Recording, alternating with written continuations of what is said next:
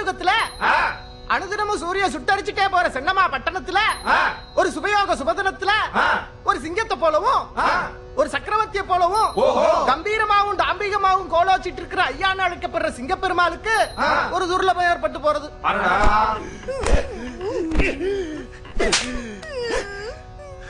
அது தினமே அசகாய சூரத்தனமும் நிரம்ப வீரமும் பேருக்கொத்த சாத்வீகமும் சமயோஜிதமும் ஒருங்கே கொண்ட பசுபதிங்கிற நரனோட நாவல காக்கைய வாகனமா கொண்ட சனி பகவான் அன்னைக்கு கால வேளையில வந்து அமர்கின்ற காரணத்தினால அவன் சொல்லுவான்,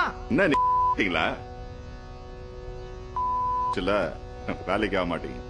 அவ்விடத்திலேயே அசுரகுலத்துல ஒரு விபீஷணனை போலவும் இரண்யன் வயித்துல வந்து ஒரு பிரகலாதனை போலவும் பாம்புன்னும் பழுதுன்னும் வேதம் புரியாதனாவும் பாலுன்னும் கல்லுன்னும் பகுத்தறியாதனாவும் ஒருத்தன் சப்ப.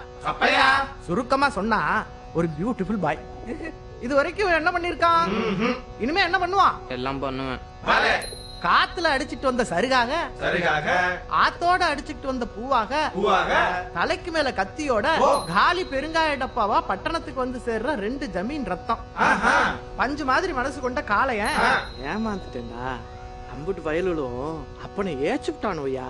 பட்டாசு நாக்கு கொண்ட கொடுக்காப்புளி.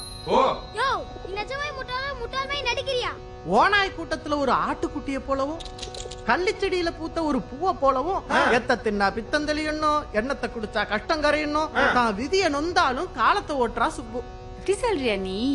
ஒரு சீமாட்டி முடிகிற சிண்டு போல பின்னப்படுற இவங்க வாழ்க்கை அதே சீமாட்டி பிழிஞ்ச இடியாப்பம் போல ஆகுற இந்த காதையில கத்தி முனையில புத்தி பிறக்குது, பகை இல்லாதவங்களுக்குள்ள யுத்தம் வெடிக்குது, அப்பம் பிள்ளையாகிறான், பிள்ளையே அப்பனா இருக்கிறான், ஆபத்து அழகாகுது, காலம் திகச்சு போகுது. இது எல்லாம் மீறியும் ஒரு முக்கியமான கேள்வி தொக்கி நிக்குது. உங்களுக்கு ரஜினி பிடிக்குமா, கமல் பிடிக்குமா? டிங் டங் டிங் டங் டிங் டங் டும்.